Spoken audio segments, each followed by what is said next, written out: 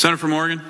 Mr. President, I'm struck by this conversation as the ranking Democrat on the Senate Finance Committee. My colleague, the distinguished senator from Texas, is on the Finance Committee.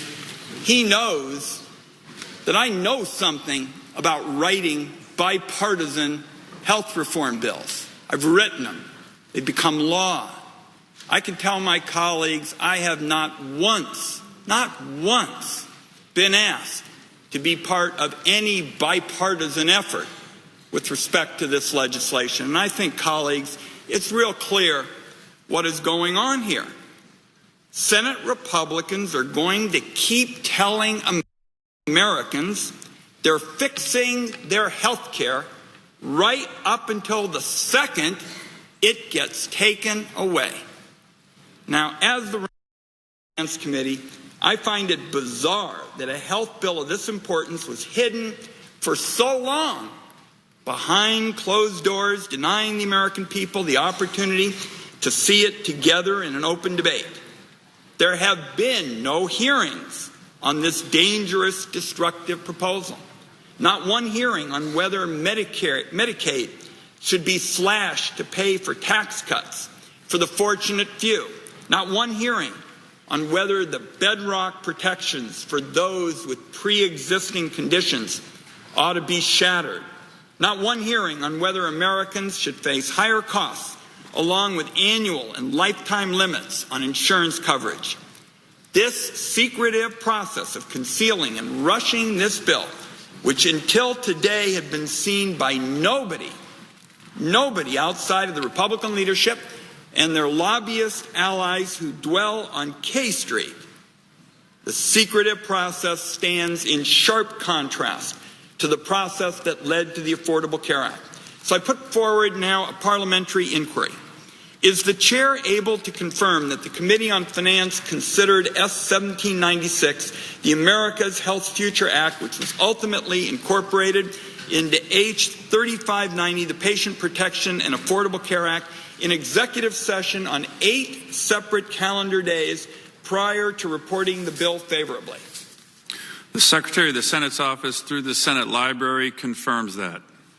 I have information that indicates that 135 amendments were considered in committee, and that of those, 14 amendments offered by Republican members of the committee or offered in a bipartisan manner were adopted during the consideration of S. 1796. Is the chair able to confirm that? The Secretary of the Senate's office through the Senate Library confirms that. Therefore, Mr. President, I ask unanimous consent that no motion to proceed to calendar number 120, H.R. 1628, be in order until the bill has been the subject of executive session meetings in the Committee on Finance and the Committee on Health, Education, Labor, and Pensions, during which amendments from the majority and the minority received votes, and the bill has been favorably reported from those committees. Is there objection? Mr. President.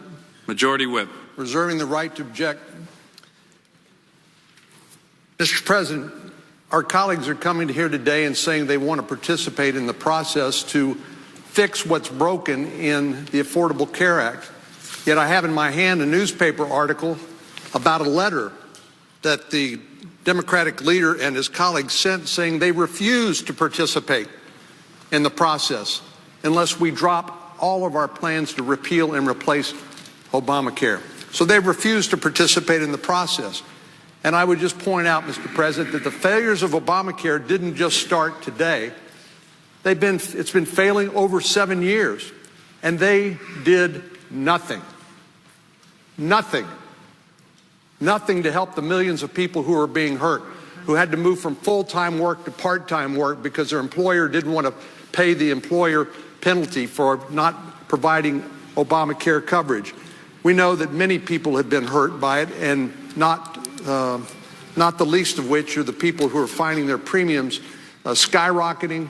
They will do so again next year unless we come to their rescue. They've seen their deductibles so high they've effectively been denied the value of their insurance. I had a conversation just a couple of days ago, I won't name with the Democratic senator because it was done in confidence, who confided to me that his own son had effectively seen his premiums go up so high that he It cost roughly $12,500 out of pocket to deal with his premiums and to his deductible and to pay his premiums. $12,500. That's not affordable to anybody, certainly in the middle class. And so I would object. Objection is heard.